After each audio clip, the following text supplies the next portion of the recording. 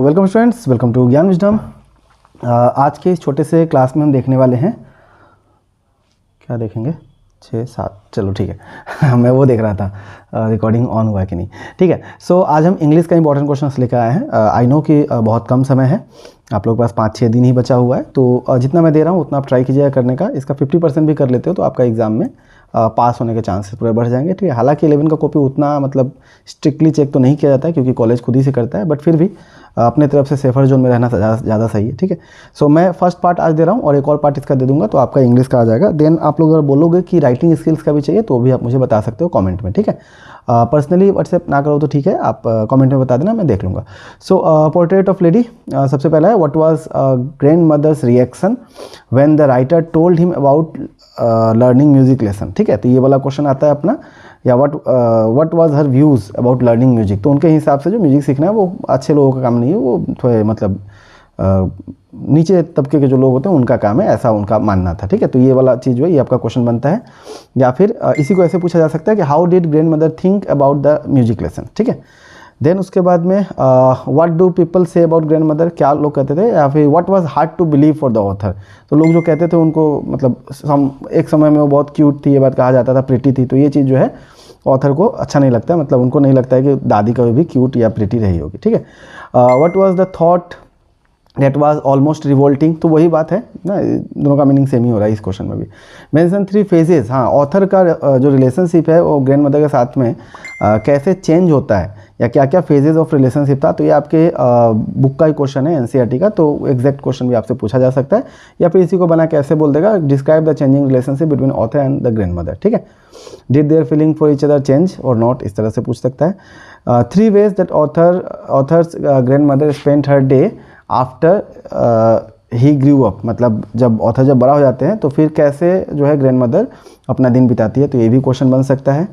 या फिर ये सबसे इंपॉर्टेंट क्वेश्चन है पूरे चैप्टर में कि जो था अपना सौरो, क्या बोलते हैं इसको, स्पैरोज जो थे ना, जो स्पैरोज थे वो कैसे अपना सौरो एक्सप्रेस किया when the grandmother die. ठीक है, या how did the sparrows express their sorrow, या दुख या मौन बोल सकता है, when the author's grandmother died.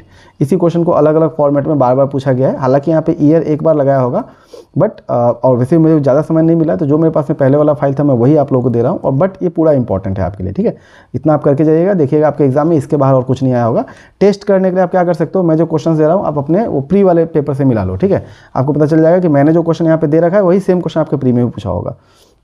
How does the poet describe grand father और हिज पोर्ट्रेट। ठीक है, कि ग्रैंड फादर को कैसे डिस्क्राइब किया गया है उस चैप्टर में, या फिर उनके पोर्ट्रेट को कैसे डिस्क्राइब किया गया, तो ये वाला क्वेश्चन बनता है।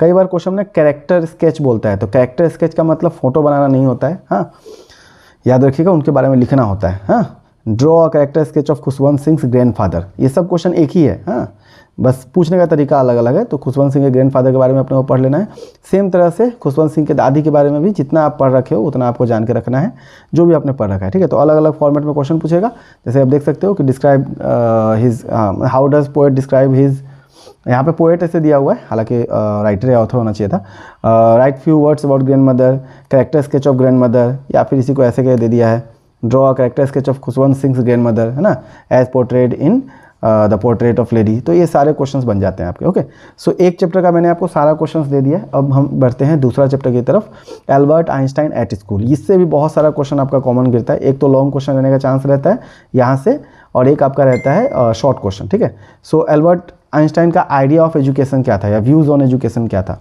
या फिर why does Einstein think that learning fact is no education at all. तो ये क्वेश्चन जो है देखो 17-18 घुमा फिरा के एक ही बात पूछा है। वाई डिड एल्बर्ट फील होगा, ठीक है, feel cheerful to go back to lodging, मतलब उनका लॉजिंग में उनको घर पे जाने में वो क्या प्रॉब्लम था, वही एरिया का जो भी बात बताया गया। या what type of life Munich में उनका लाइफ कैसा था, कैसे वो अपना म्यूनिक उनका लाइफ जो एज पर योर स्टोरी आपको बताना है। तो ये 2 क्वेश्चन बहुत इंपॉर्टेंट रहता है, इसको आपको देख लेना है। ठीक है, क्वेश्चन बहुत सारे बन सकते हैं, शॉर्ट क्वेश्चन भी बहुत सारा बन सकता है, बट मैंने जो दिया उसको आप अच्छा देख लो। ये वाला क्वेश्चन आपको है, what do you understand by Einstein nature from that conversation with the history teacher. ठीक है, and his mathematics teacher and head teacher, तो तीनों से जो बात करते हैं तो आपको इससे क्या समझ में आता है। तो बेसिकली आपको एज समरी के तौर पे पूरा कहानी ही बताना है। I think it's not the fact that matters but ideas, ये लाइन जो है ये इन्होंने हिस्ट्री टीचर को कहा था। सो इस लाइन के हिसाब से आपको बताना है कि आइंस्टाइंस आइडिया ऑफ एजुकेशन या कॉन्सेप्ट ऑफ एजुकेशन क्या था। ठीक है, तो ये दोनों क्वेश्चन का आंसर मोटा मोटी सेम ही होगा, बस लिखने का तरीका थोड़ा सा चेंज रहेगा, या क्वेश्चन पूछने का तरीका चेंज है बट आंसर सेम ही रहेगा। School system often curbs individual talent, या फिर बोला गया है, यही इसी लाइन को ऐसे दिया गया कि एल्बर्ट आइंस्टाइन के बारे में बताइए कि आपने क्या समझा है। दोनों क्वेश्चन देखिए 16, 18, 19, आप जाके देखना पेपर में। ठीक है, और ये सब क्वेश्चन जो है ना मैं आज से नहीं देते आ रहा हूँ, मैं 22 के बाद मैं 11 के लिए कुछ भी नहीं दिया हूँ, इस साल ही मैंने देना शुरू किया है। ठीक है, जनरली इस समय 12 का भी एग्जाम रहता है तो बहुत कम समय मिलता है, और शुरू से अगर देंगे भी तो आप लोग देखते नहीं हो, तो इसलिए शुरू से देते नहीं है। How does the example of Einstein prove that school system of an curves, तो अल्टीमेटली ये वाला लाइन ही कहीं ना कहीं दे रहा है और हमको बता रहा है कि आपको बस समझा के देना है। ठीक है, या distinguish between information gathering and insight formation, मेरे ख्याल से ये वाला चैप्टर यहाँ से नहीं था, शायद ये दूसरे चैप्टर से था। हाँ, ये आपका वो एक और चैप्टर है ना आगे जाके आएगा, उसमें से शायद था, मेरे को जैसा लग रहा है, फिर भी आप एक बार देख लेना। हाँ, रंगाज मैरिज, रंगाज मैरिज में यहाँ पे मैंने बहुत सारे क्वेश्चंस लगा दिए हैं, ये सब जो मतलब मेरे नोट्स में वो सारा यहाँ पे है, बट इसमें से आपको कुछ कुछ सेलेक्टेड जो है अच्छा से देख लेना है। हालांकि अपने स्टूडेंट जितना भी मैं तो कहूँगा आप सारा ही पढ़ो, क्योंकि एग्जाम में कुछ भी आप लिख पाओ, बट सेलेक्टिवली मेरे को ऐसा लगा तो मैं ये सब लगा दिया हूँ। ठीक है, कि हौसा अली के बारे में और हौसा अली के मैंगो के बारे में क्वेश्चन बनता है। ठीक है, देन 2 स्पेशल प्रोड्यूस ऑफ हौसा अली क्या था।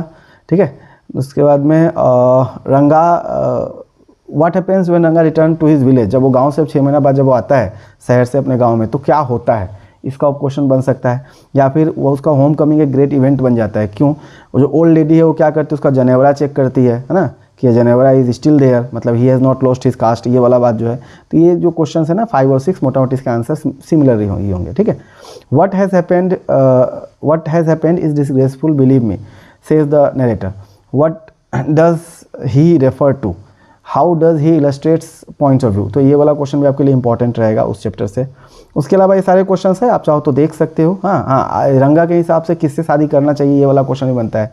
ठीक है, कि किससे शादी करना चाहिए, शादी के बारे में इसका क्या ख्याल था, तो ये वाला चीज़ आप देख लीजिएगा, that girl must be mature, यहाँ पे लाइन जो है। Then why did the narrator visit village astrologer, क्यों विजिट करता है। ठीक है, उसके बाद में यहाँ पे और भी क्वेश्चंस दिए गए हैं जो मैंने अपने नोट्स में रखे हुए हैं, बट यहाँ पे मैंने मतलब ज़्यादा इंपॉर्टेंट नहीं किया है। हालांकि जो भी आएगा आप कुछ ना कुछ तो बना के लिखोगे। यहाँ पे जो है सबसे ज़्यादा इंपॉर्टेंट होता है ये वाला लॉन्ग टाइप क्वेश्चन। ठीक है, so comment on the influence of English the language as a way of life on Indian life, क्योंकि बुक का मोटा मोटी जो है ना 30% कवरेज 40% कवरेज जो इस टॉपिक के ऊपर ही है, कि लोग इंग्लिश को कैसे अपने डे टू डे लाइफ में यूज़ करते हैं, और जिसका जो है जो लोग नहीं जानते उनके ऊपर क्या उनका इफेक्ट पड़ता है। तो इसके ऊपर एक क्वेश्चन बन सकता है ना, आप विथ एग्जांपल अच्छा समझा भी सकते हो। Then astrologer's perceptions are based more on hearsay and conjecture than what they learn from the study of stars. ठीक है, तो इसके ऊपर में भी आपको बताना कि कैसे कैसे क्या क्या चीज़ हुआ था जब उसका जो ऑथर जो था ना वो उसको लेके गया था रंगा को, और एस्ट्रोलॉजर कैसे कैसे प्रेडिक्ट किया, वो सारा चीज़ आपको बताना है। देन ये वाला क्वेश्चन भी आपके लिए इंपॉर्टेंट है, Indian society has move long away from their way to marriage is arranged in the story. ठीक है, तो इसके ऊपर भी रहेगा। तो ये 3 क्वेश्चन मैंने आपको बता दिया, ये 3 क्वेश्चन आपको देख लेना है। हाँ, वो जो मैंने बोला था ना इनसाइट वाला, वो शायद इस चैप्टर से था, लैंडस्केप ऑफ सोल, जहाँ तक मुझे लगता है। ठीक है, यहाँ पे भी बहुत सारे क्वेश्चंस है, हु डाउजी कौन था, ठीक है, उनका लास्ट पेंटिंग क्या था, तो बहुत सारे क्वेश्चन यहाँ पे दिए गए, बट कुछ क्वेश्चन है जो आपको देखना चाहिए। हालांकि हु डाउजी वाला क्वेश्चन भी इंपॉर्टेंट ही रहेगा। ठीक है, तो इसको भी तो देखना ही है।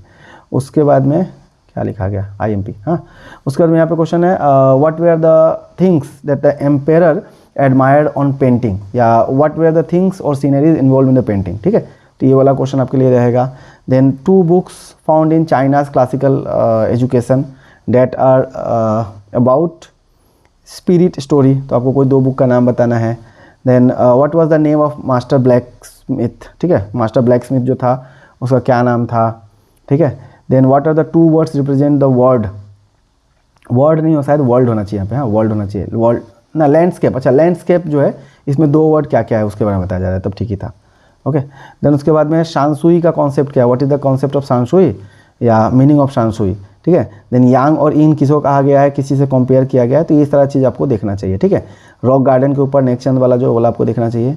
देन आपका यहाँ से जो है आपके लिए बहुत इंपॉर्टेंट रहेगा, ये वाला क्वेश्चन कितना बार आया हुआ है कि चाइनीज़ आर्ट और यूरोपियन आर्ट में, या कॉन्ट्रास्ट बिटवीन चाइनीज़ आर्ट और European art, difference between contrast between बातें की है, तो ये क्वेश्चन आपके लिए इंपॉर्टेंट रहेगा। मीनिंग ऑफ यिन और यांग जो होता है ये आपके लिए इंपॉर्टेंट रहेगा। Story of Wu Daozi है ना, and the painting. Then blacksmith Quinten Metsys के बारे में आपको बताना है, उसका story. What is art brut और रॉ आर्ट या आउटसाइडर आर्ट क्या होता है, ये आपके लिए इंपॉर्टेंट रहेगा। Then who is the biggest contributor, इसको आप छोड़ सकते हो, ठीक है। सो ये जो क्वेश्चन है इतना आप देख लीजिए, इसमें 3 क्वेश्चन मैंने ज़्यादा मतलब करके दिया है, हालांकि इसमें वू डाओ जी वाला पार्ट भी देख लीजिएगा, ठीक है। इसके अलावा आई होप कि आपको ये समझ में आ गया होगा सब कुछ। आप वीडियो को लाइक कर दीजिएगा, चैनल को सब्सक्राइब कर लीजिएगा, क्योंकि क्लास 12 में आपको बहुत हेल्प मिलने वाला है यहाँ से, और बिना सब्सक्राइब के मत जाना, पाप लगेगा। एग्ज़ाम भी आ रहा है, थोड़ा सा डरो भाई करो। अच्छा, दूसरी बात है, ऐसे मजाक कर रहा हूँ, दूसरी बात है कि आपके लिए एक व्हाट्सएप ग्रुप बनाया गया है, जिसका डिस्क्रिप्शन में आपको लिंक मिल जाता है, वो आप जाके देख लीजिए और वहाँ से ग्रुप कर लीजिए, ज्वाइन कर लीजिए। ज्ञान विजडम चैनल भी है, जिसका मैं आपको लिंक ग्रुप में ही दे दूंगा, तो उसको भी आप फॉलो कर सकते हो, व्हाट्सएप ग्रुप है वो। देन इस चैनल को तो सब्सक्राइब करना ही है, ऑलरेडी मैंने बता ही रखा था। और ज्ञान विजडम ऐप है आपके लिए, जहाँ पे आप लोगों के लिए 11 के लिए बहुत सारी चीज़ क्या है, फ्री है। मैं बार बार बताता हूँ, 1 रुपये वाला कोई बैच परचेज नहीं करना है, डायरेक्ट जाना है उसके कंटेंट सेक्शन में, सारे जो भी है वहाँ पे मटेरियल सब अनलॉक्ड है, आराम से आप पढ़ पाओगे, ठीक है। देन फ्री मटेरियल सेक्शन में आपको कुछ सैम्पल पेपर्स भी दिखने लगेंगे 1-2 दिन में, तो आप वहाँ से सैम्पल पेपर भी पढ़ सकते हो, ठीक है। नेक्स्ट और पार्ट मैंने बना के रखा हुआ है, तो अगले क्लास में मैं आपको जो आपका पोएट्री वाला सेक्शन है वहाँ से मैं आपको क्वेश्चन दे दूंगा, ठीक है। इतना अगर आप पढ़ लेते हो, जितना मैंने 3-4 चैप्टर जितना दिया, तो आपके एग्जाम में काम हो जाना चाहिए। ओके, बाय बाय, मिलते हैं अगले क्लास में। Thank you. और वीडियो को बिना लाइक सब्सक्राइब किए हुए मत जाना, चैनल को सब्सक्राइब कर लेना और शेयर कर देना अपने दोस्तों के साथ, ठीक है। चलिए, थैंक यू, मिलते हैं अगले क्लास में, bye bye and best of luck.